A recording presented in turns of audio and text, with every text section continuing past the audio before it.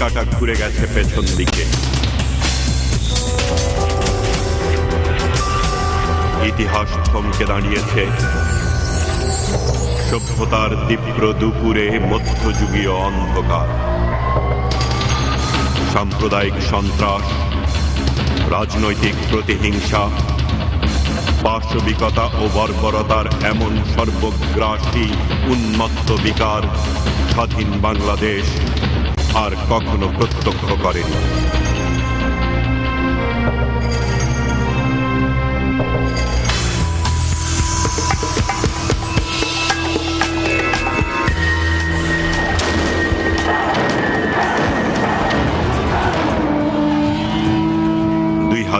থেকে 2006 সাল কি ঘটেছিল বাংলাদেশে?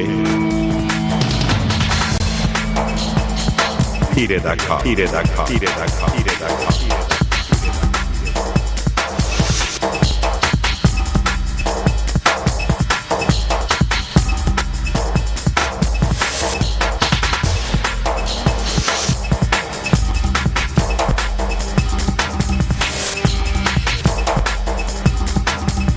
2001 সালের 1 অক্টোবরের নির্বাচনের পর থেকে 2006 সাল পর্যন্ত বিএনপি যে ক্ষমতা দিয়েছিল, আমরা যে নির্যাতিত হয়েছি, সে নির্যাতিত মানে ভাষায় প্রকাশ করা যাবে না, এত নির্যাতিত হয়েছি।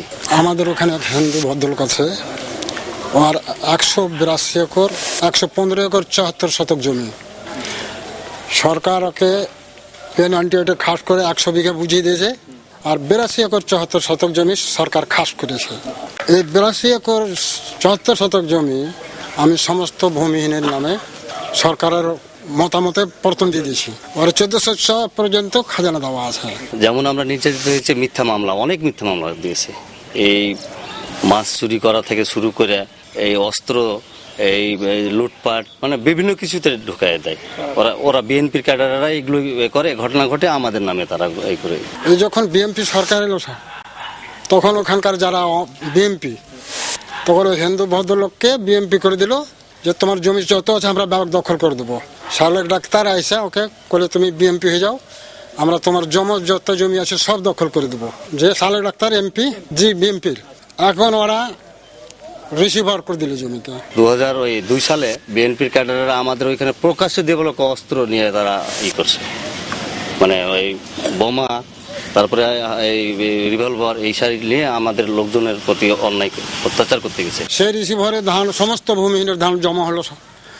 ধরেন 82 একর 74 শতক জমি মোট 1,36,290 টাকা ব্যাংকে দিয়েছে জমা নগাঁয়ে, আর সমস্ত বিএনপির লুটপাট করেছে।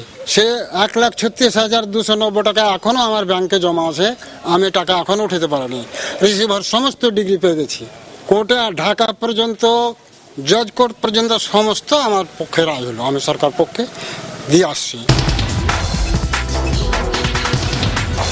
শুধু এটা না, আমার এনার সার্বিক চিত্র হলো মামলা মকদ্দমা, তারপরে মারপিট, জুলুম, জমির জবরদখল, পুকুরে মাছ লুট, দিনের বা লুটপাট করছে, আমরা কিচ্ছু বলতে পারিনি।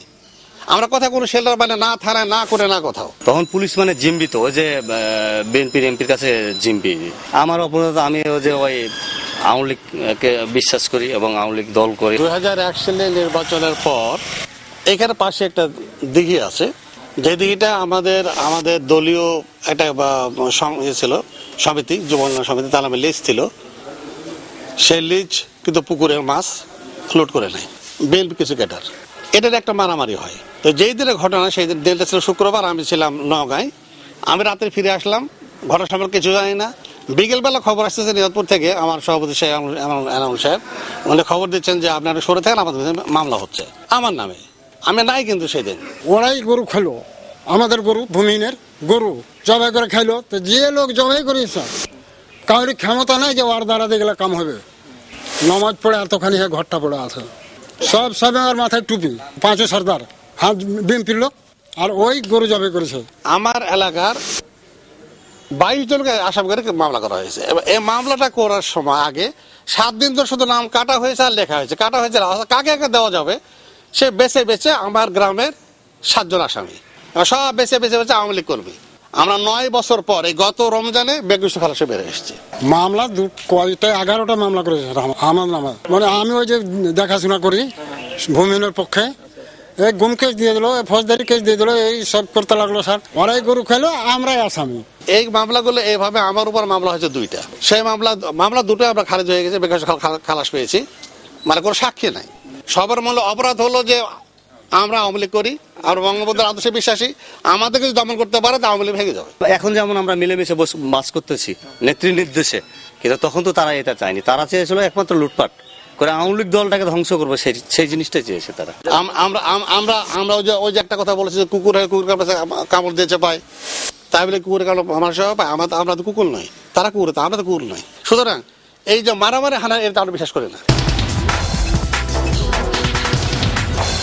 আমি মাননীয় প্রধানমন্ত্রীর কাছে, শেখ হাসিনার কাছে চাই যে আমার এলাকাতে বেশ যে 15-20 জন যে বিএনপির ক্যাডার যারা অস্ত্র নিয়ে প্রকাশে, এখনো তাদের বাড়িতে খুঁজলে মনে হয় অস্ত্র পাওয়া যাবে, 10-15 জন ওই যে বিএনপির ক্যাডারের কঠোর শাস্তি চাই। আমি শেখ সাহেবের আইন মানতে রাজি আছি, শেখ সাহেব হাসিনার কাছে বিচার চাই আমি। আমাদের উপর যে অত্যাচারগুলো হয়েছে, নির্যাতনগুলো হয়েছে মাসের পর মাস, দিনের পর দিন, এটা সুবিচার আমি চাই জাতীয় কাছে।